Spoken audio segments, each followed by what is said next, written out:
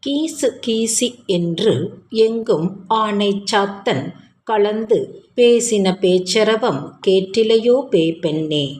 காசும் பிறப்பும் கலகலப்ப கைபேர்த்து வாச நறுங்குழல் ஆய்ச்சியர் மத்தினால் ஓசைப்படுத்த தைரரவம் கேட்டிலையோ.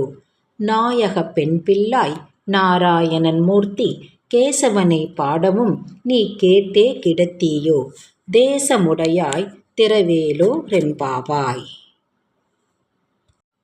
இதன் பொருளாவது, கீசு கீசு என்று ஆனை சாத்தான் பறவைகள் பேசி ஒலி எழுப்புவதை உன் காதில் விழவில்லையா?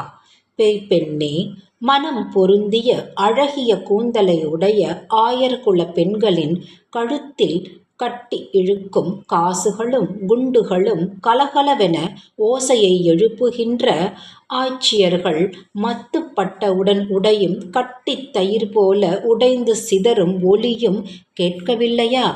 நாயக பெண்ணே, நாங்கள் நாராயணமூர்த்தியாகிய கேசவனை பாடி பரவும் குரலை கேட்கும் எழுந்திராமல் படுத்து உறங்குகிறாயே. அழகுடைய பெண்ணே, எழுந்து வந்து கதவை திறந்து விடு.